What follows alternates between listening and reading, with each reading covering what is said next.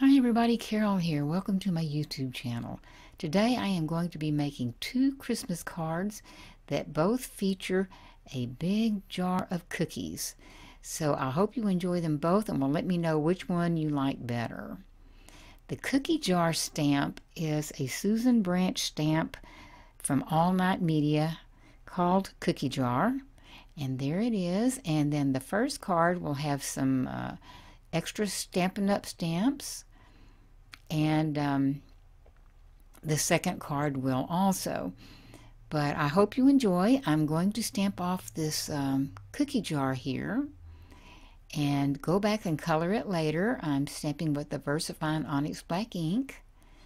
And then I'm also going to be stamping these poinsettias, and this stamp set is called Sketch It, and you can tell because everything is kind of sketchy in the design of the flowers, and you'll see that. In fact, these are 2- and 3-part stamps where you stamp one layer and then go back and stamp the next layer with some kind of a stamp positioner. If they weren't wooden stamps, you could use a MISTI. In this case, I use a stamp positioner, and then try to use different colors of red, and it'll be the same way with the leaves. There are 3 parts to the leaves. So here's my stamp positioner. It's a acetate sheet of paper that you put your little handle up in the corner and line it up, then stamp straight down with your stamp, and you'll see this.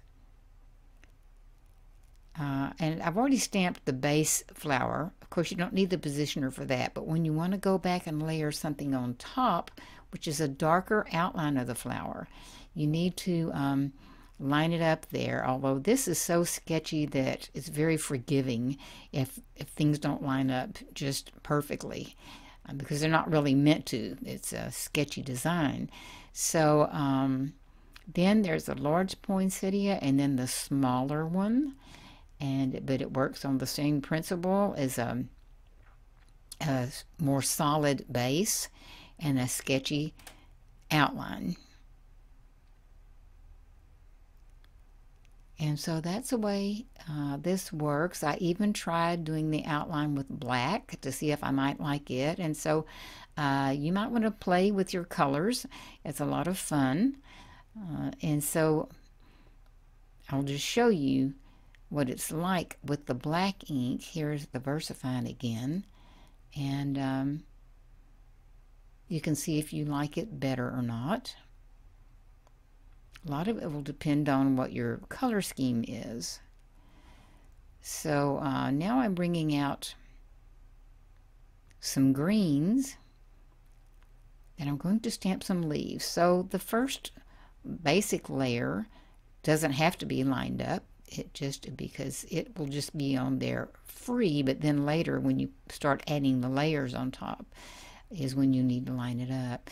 Now don't be concerned about that mark from the stamp there, because I'm going to cut these leaves out anyway. And so I experimented with different colors of green to see which one I might like better, and stamped off a bunch of them because I am going to have to cut some out in a little while. So then here comes the second layer, and I'm sorry that's a little bit off camera there. I moved my camera angle and wished I hadn't, but anyway, so it's the same technique as with the flowers.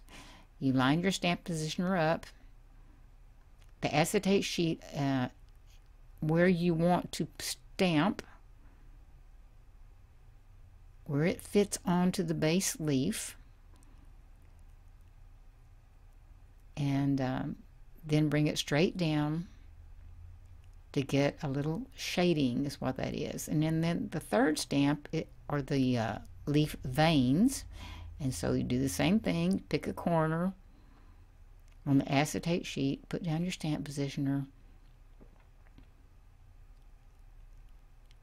and stamp down your vein. And I'm using different colors on different leaves to just and it adds interest on your card also. Now this little stamp set is called Sweet Centers, I think, and I wanted a sweet sentiment. There was one that was kind of cute there. I could have used this if you wanted to make a thank you card. It says, "That was so sweet of you." But on this one, I'm using "Wishing you the sweetest day ever." And it's also a good birthday sentiment,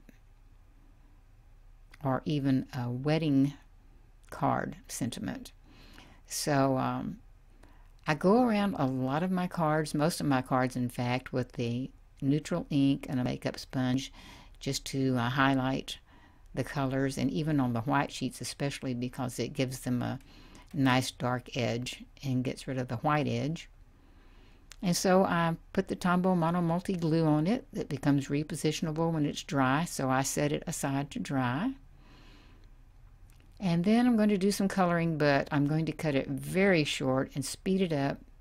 I'm putting a piece of two-way tape on this jar so that I can put it down and it won't slide all over the place when I'm coloring. Of course, I could have colored it before I cut it out, and normally that is what I would do.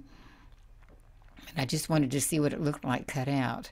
So I go around, I use 2 or 3 or 4 shades of yellow, gold, kind of mustard color, browns, to make them realistic. It kind of depends on how long you bake your cookies and as to how brown they get, or what your favorite type of cookie, if you like it to be soft. And so, you know, color it the way you want it to look. Then on the lid, I did the lids 2 different ways on these cards. I did the red and white stripe, and then the top with black. And then I come back with a very pale kind of an aqua to represent the glass, and just color in kind of around the edges. I even used some white. Those are Prismacolors, by the way.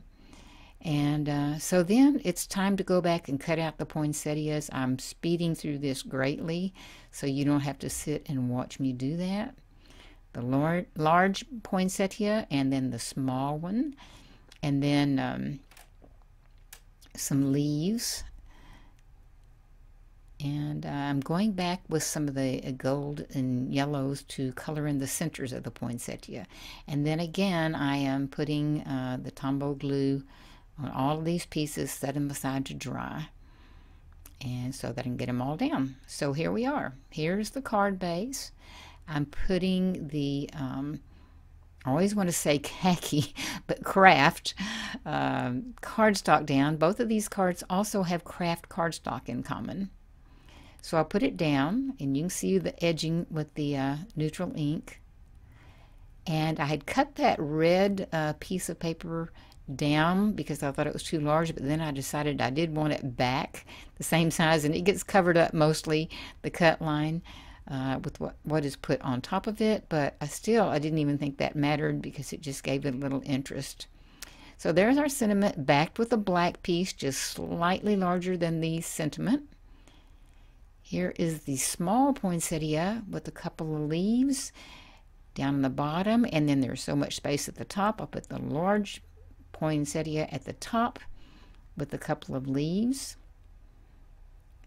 I could have left it like that, but I thought it was just a little plain, so I took another one of the large poinsettias, playing around with where I think it looks best, gluing it down, and then I'll go back and cut off the overhang. And then I thought, I like that pretty well, but I wonder if the overhang might fill in a little bit of that space in the upper left. So I thought, let's just try it. Have nothing to lose. It's done. It's got glue on it. So I ended up liking it, cutting off that little overhang, and it is ready to go. Now I wanted to show you this piece of background paper I made. If any of you have one of these plaid sets, how you make your own plaid, they're different kinds of lines. And I did this some time ago, and it was in my stash, but I always thought it was Christmassy looking. And I thought, I'm just going to see what it looks like behind this card if you wanted to make a larger card. And I really liked it. And it would be so easy to do that with any card you make. Just color coordinate whatever colors are in the card. And I also thought it looked really good mounted on a piece of white cardstock and make it a larger card. And I thought that was very clean and crisp. You could put a green background or just have it a smaller card. Okay, now we're going to the second card. It's very similar, except this time I am using, I believe this is the one called Sketch It, by the way, and I apologize, I'm not sure what the name of that first set was. I think it's something holiday.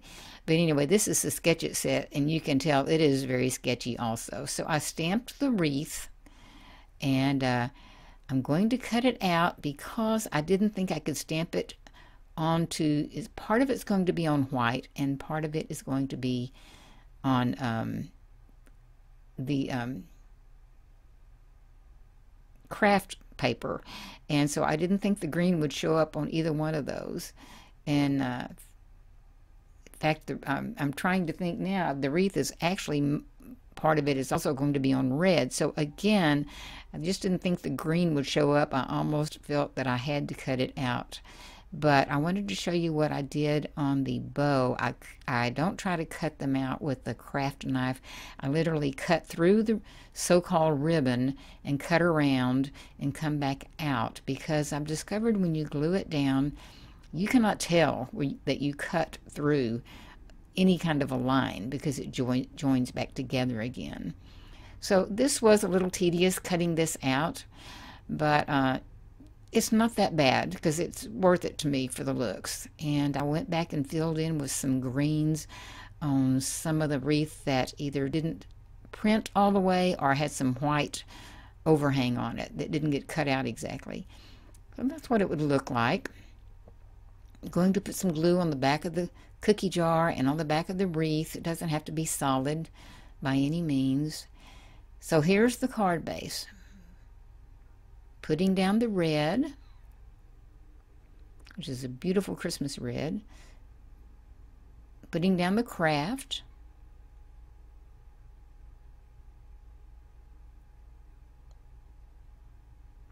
Next will be the cookie jar, and you notice I didn't cut this cookie jar out, I just left it square.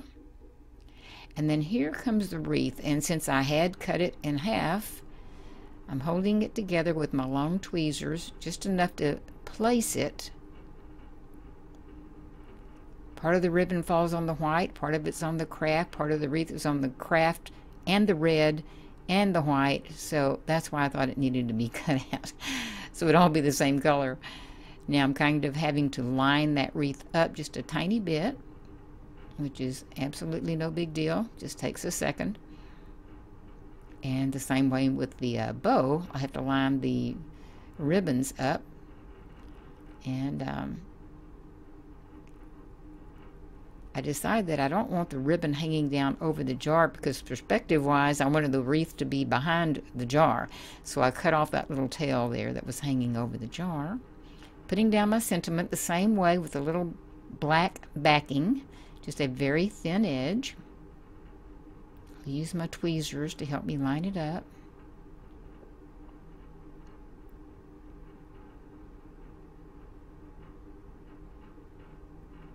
And get that down. Wishing you the sweetest day ever. Then I go back with 2 shades of Kraft colors. One's a little lighter, one's a little darker, and fill in the white space that didn't get cut out perfectly on that wreath. And no one's the wiser. I also had somehow accidentally, I wasn't even aware of it, but I cut off part of that ribbon.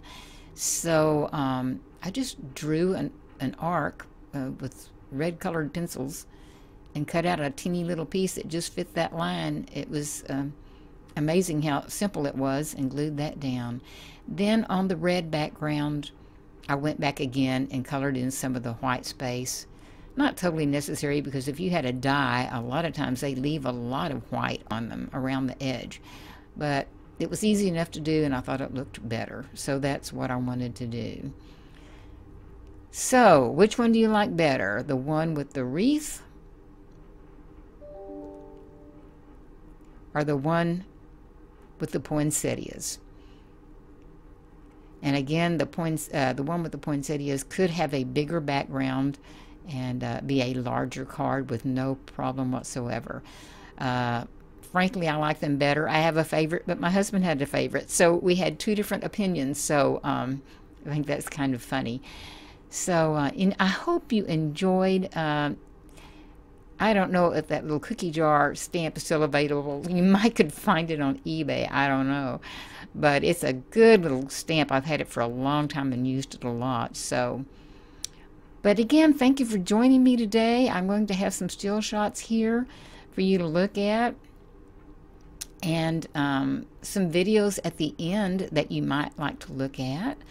A subscribe button, thumbs up is always appreciated. But so glad you were here. See you next time. Bye-bye.